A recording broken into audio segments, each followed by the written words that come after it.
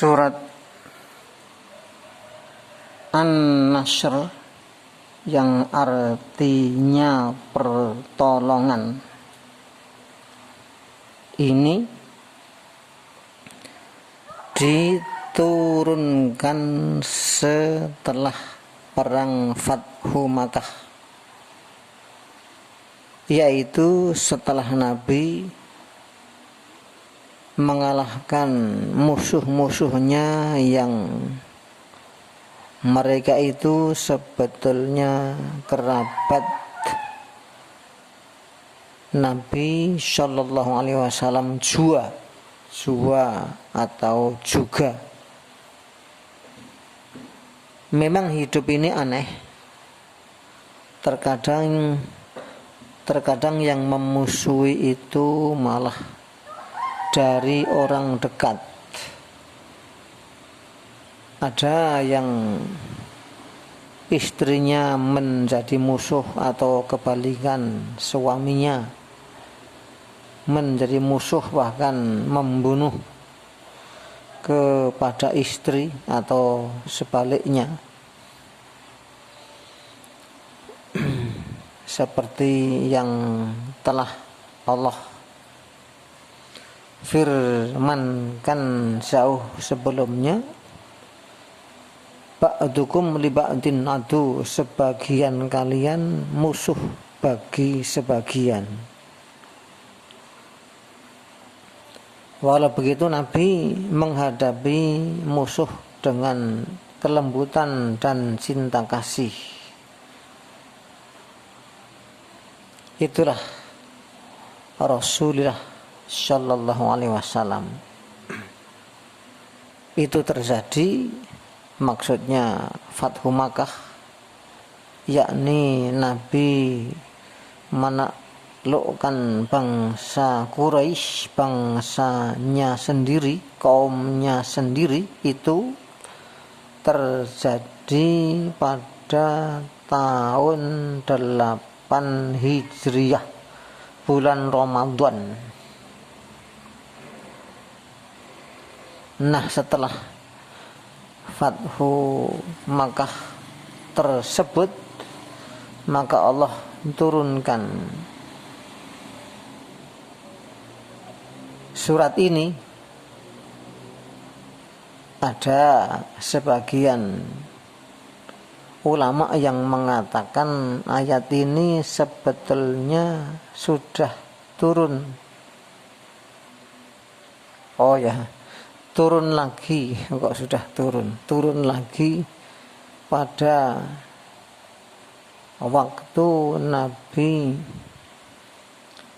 Haji Wada.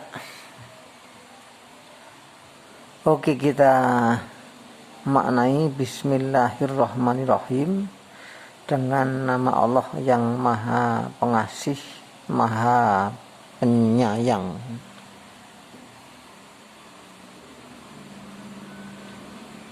Idza jaa, ketika telah datang.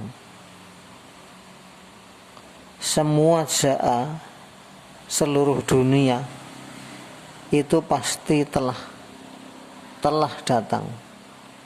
Kalau sedang atau akan, yaji'u, sedang atau akan.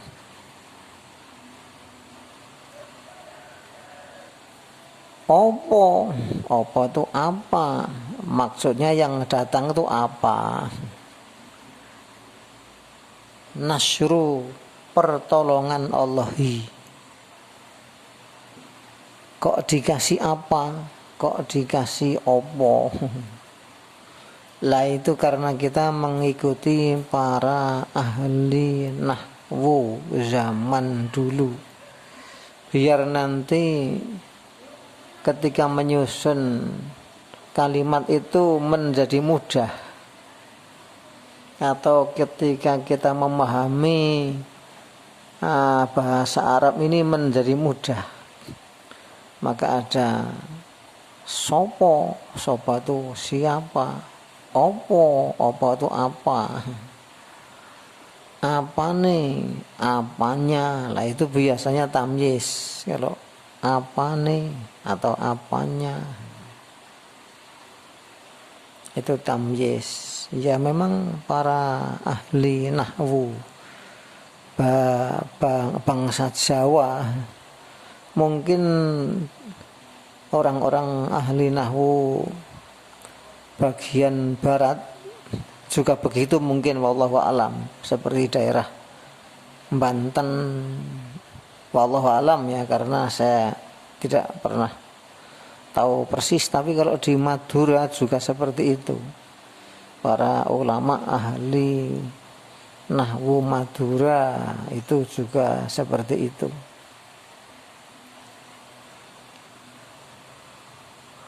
Nasyru pertolongan, Allahi Allah, wal fathu dan kemenangan. Kalau disusun menjadi bahasa kita, bahasa Indonesia, apabila pertolongan Allah dan kemenangan telah datang,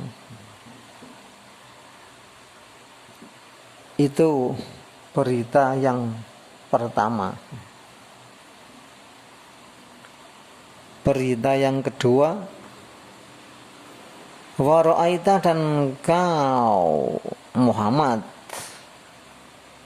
Rasulullah sallallahu alaihi wasallam telah melihat semua ra'aita, seluruh dunia itu pasti telah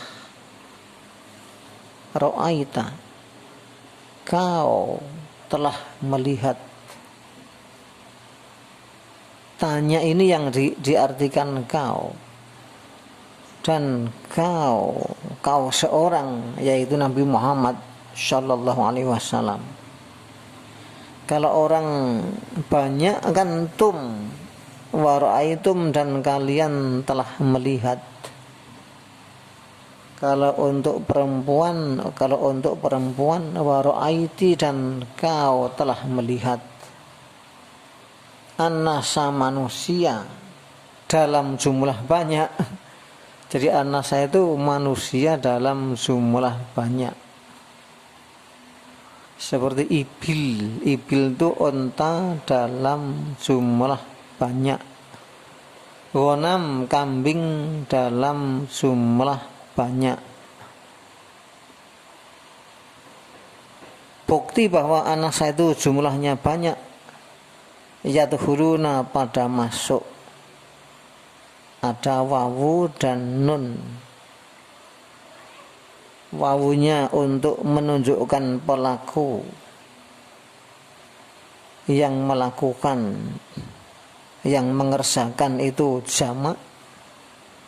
Nanya ini sebagai tanda rafa atau marfu. Yadkhuluna, pada masuk. Itu bukti bahwa anasa itu sama.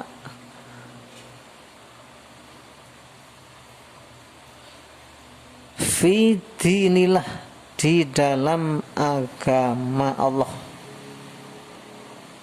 Afwajan, dengan berbondong-bondong. Kenapa timbul lafal dengan? Karena di fathah akhir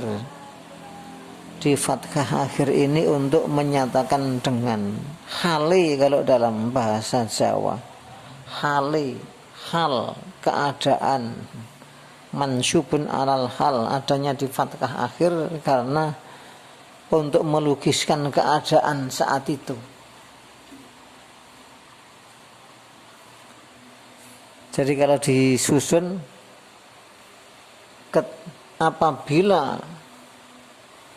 pertolongan Allah dan kemenangan telah datang, itu berita pertama. Yang kedua, dan kau telah lihat orang-orang, ya manusia itu kalau bahasa kita orang-orang, pada masuk di dalam agama Allah dengan berbondong-bondong. Lah ini kan sekarang jawab itu inti dari pesan yang disampaikan. Setiap ada ida dipastikan ada jawab. Ini jawabnya, fasabih, maka bertasbihlah kau Muhammad. Kok kau Muhammad kan nggak sopan masuk menyebut nabinya dengan Muhammad lah. Kalau dalam kaidah bahasa Arab itu kalau orang itu disebut namanya berarti dihormat. Maka dalam bahasa Arab itu ada ismun, ada lakob, ada parapan atau apa parapan tuh, juluan. Ismun kan sama dengan sambun, sama dengan suma. Kalau pamu orabul asma'i maka sandi ma min syabahil harfi ka ardin wasuma, lah kan ada kan dalam alfiyah. Suma itu memang di sana itu diartikan langit. Lah sebetulnya nama itu artinya ya langit itu.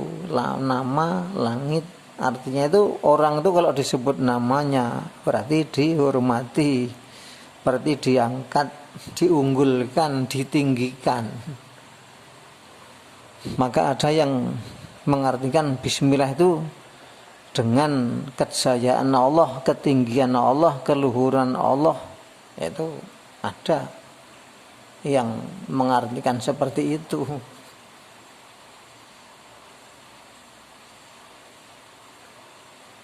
Ini isi dari pesan fasabih maka bertasbihlah kau Muhammad.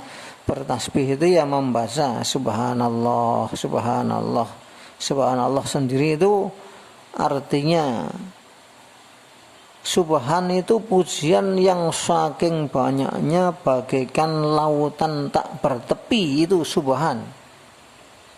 Maka kalau sabaha itu, subhan dengan sabaha itu kan dari asal kata yang sama. Sabaha berenang, sabaha huwa berenang dia, wa ahluhu bersama keluarganya lah.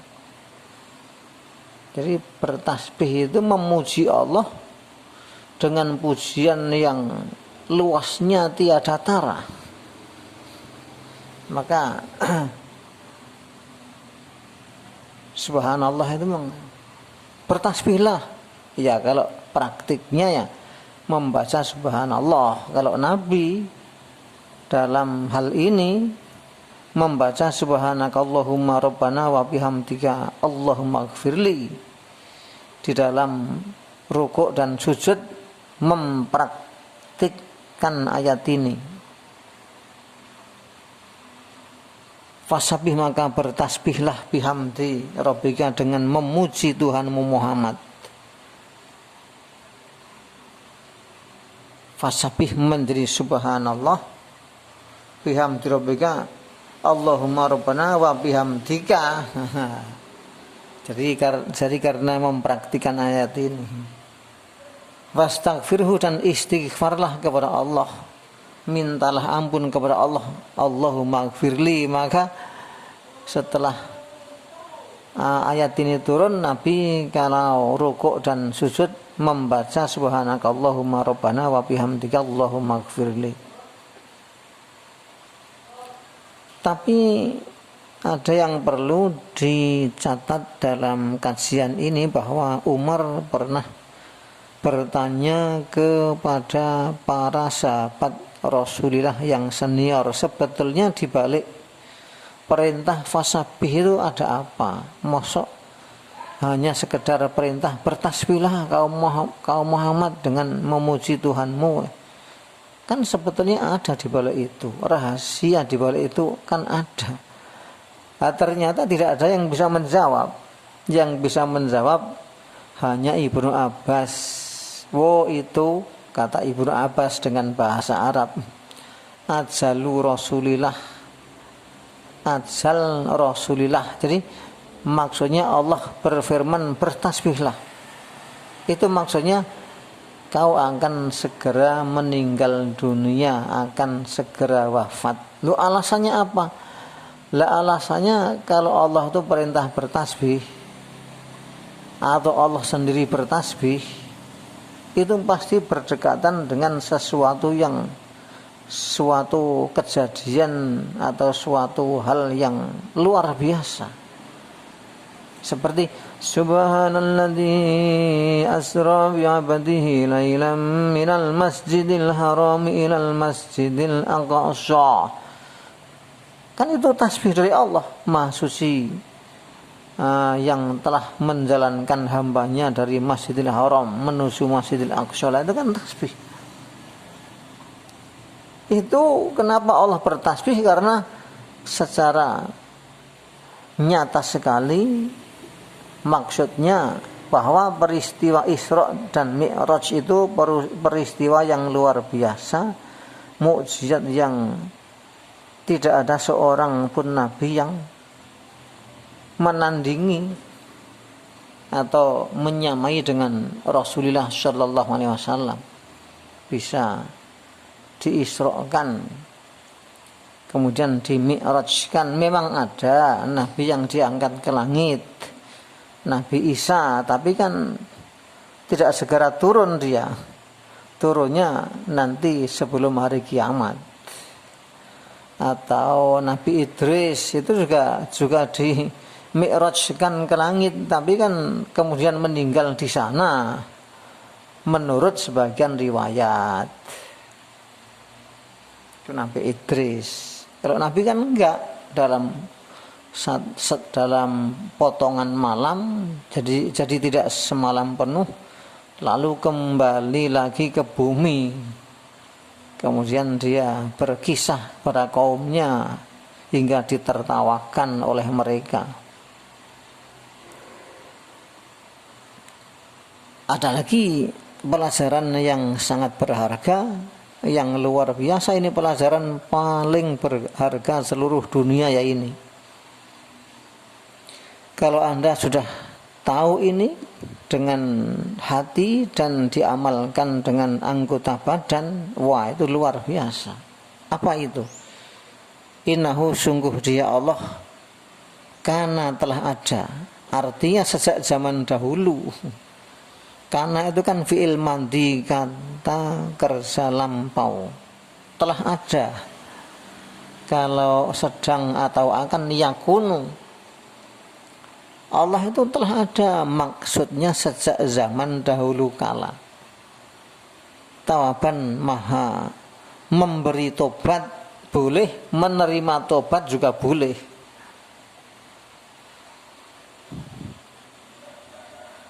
Lah setelah surat ini turun, ternyata memang benar.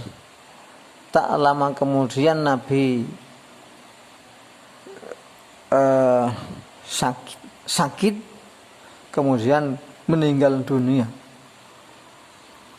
Maka pas pengertian Umar dan Ibnu Abbas radhiyallahu anhuma bahwa ayat ini secara tidak langsung memberitahu kepada manusia, khususnya kepada para sahabat, bahwa Nabi tidak lama lagi akan diambil oleh Yang Maha Kuasa.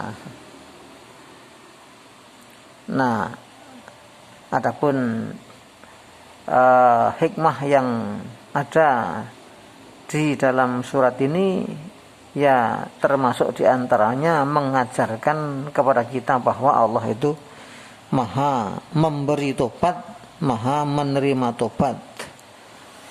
Kemudian kalau yang kedua, kalau kita melihat hal-hal yang ajaib, yang luar biasa, itu maka supaya bertasbih, memuji Allah dan istighfar.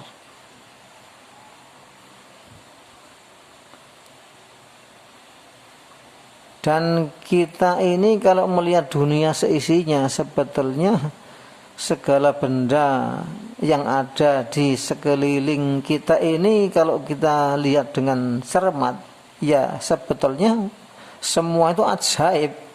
Tidak ada benda yang tidak ajaib, itu enggak ada. Ala likulli syai'in lahu ayatun tadullu ala annahu wahid. Ketahuilah bahwa segala sesuatu itu merupakan pertanda bahwa Allah Maha segala-galanya, Maha Esa, Maha Mencipta, dan Maha tiada tara.